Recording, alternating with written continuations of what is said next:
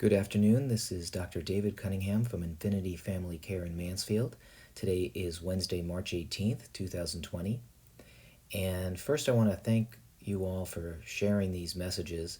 I've heard from some of you who have listened and had suggestions or comments, and we appreciate the feedback.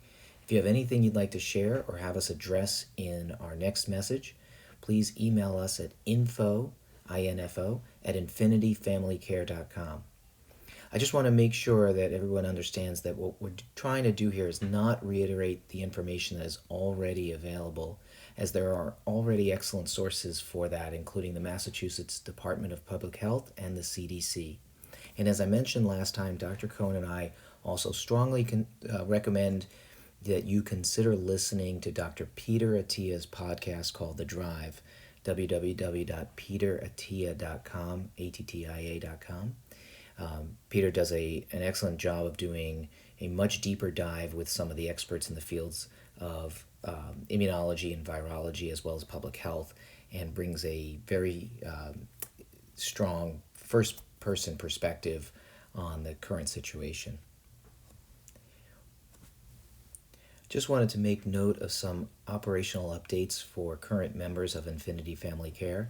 If you do need to be seen or you're concerned about anything going on, please reach out to us by phone, by Spruce, or by our Elation messaging. That way we can make sure that it's appropriate for you to be in the office, or we may triage you to have testing done, or to see what we can do without having you come in at all. Thanks. So for a testing update, I wanted to let everybody know in the eastern Massachusetts area that there are now several testing facilities run by local hospitals. As of this week, Norwood Hospital, Good Samaritan Hospital in Brockton, and Morton Hospital in Taunton have freestanding testing facilities. Please contact us if you have any questions how to access these facilities. And if anyone knows of additional hospitals or freestanding testing facilities in the area that might be of use to our patients who qualify for testing, please let me know again at info@infinityfamilycare.com. I also wanted to quickly note that Dr. Cohen and I are working on a telemedicine program, and this is going to be for individuals who are not currently members of Infinity Family Care and who just want to touch base with us about something that they have a medical concern about, they feel may need to be addressed, but they have trouble finding somebody that would readily see them, or just don't feel that it's appropriate to go into emergency room or an urgent care. More updates on that in the next couple of days, but we're excited to bring that out, and we think we can bring some value to this situation. So obviously this is a time of fairly heightened anxiety, and a lot of what we're doing is spending time telling people what they shouldn't do. They shouldn't go to the store, they shouldn't go to the restaurants, they shouldn't go to a bar, they shouldn't go to work, they shouldn't be with others. But I wanted to take a few minutes to talk about things that you can do, things that will empower you in this time of stress and anxiety. We have been very fortunate to have some great, unexpectedly nice spring weather, and I suggest going for a walk, going for a hike, or going for a bike ride. I just got back a few minutes ago from a bike ride, and it just felt good to get out and feel like I could move my body. If you play an instrument, it's a great time to work on that or take up a new hobby and learn some new skill.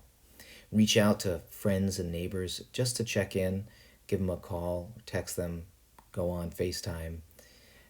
I'd encourage everyone to consider looking into programs in your community that help deliver food and needed household items to those in need, especially to those who might actually be under quarantine at this time. For those of you with young kids at home who are not in school, there are numerous online activities and interactive experiences for kids to learn and explore, including Circus Smirkus, Khan Academy, and National Geographic, to name a few. And that leads me to social media and technology. I've got to be honest, I've not always been the biggest fan of social media and technology in general, and I do think we need to be mindful of all the ways that technology can distract us from the present and interrupt normal human relationships. However, right now, I feel it could be a very powerful tool to bring us together, just as we're trying to stay apart with social distancing. Some examples might be FaceTiming a friend you haven't seen, in a while, or somebody you see on a regular basis, even just in another setting. Just pick up the phone and call someone, because now you have time for it. Check out some YouTube videos to learn a new skill or hobby, or better yet, create your own. One thing I wanted to note is that my band currently is working on a project over the next few weeks to asynchronously and remotely record one of our original songs, one track at a time. If it comes out okay, I promise I'll post it here. But if anybody has any experience with that, we certainly could potentially use a hand on the sound engineering side of it. My son actually had his guitar lesson today over FaceTime with his guitar teacher, and my daughter has her dance class tonight via video lessons. Please let us know other suggestions for using the amazing technology that we currently have for bringing us closer together. On another note, for those who are struggling with anxiety over the current situation, two resources that you may be interested in looking into are Headspace and 10% Happier. Both of those programs are offering discounts and free programs related to some of the uncertainty and anxiety related to the coronavirus situation. I'll leave it at that for now, but as always, please let me know if you have any concerns or questions, and you can check us out on the web at www.infinityfamilycare.com or email us at info@infinityfamilycare.com. Thanks.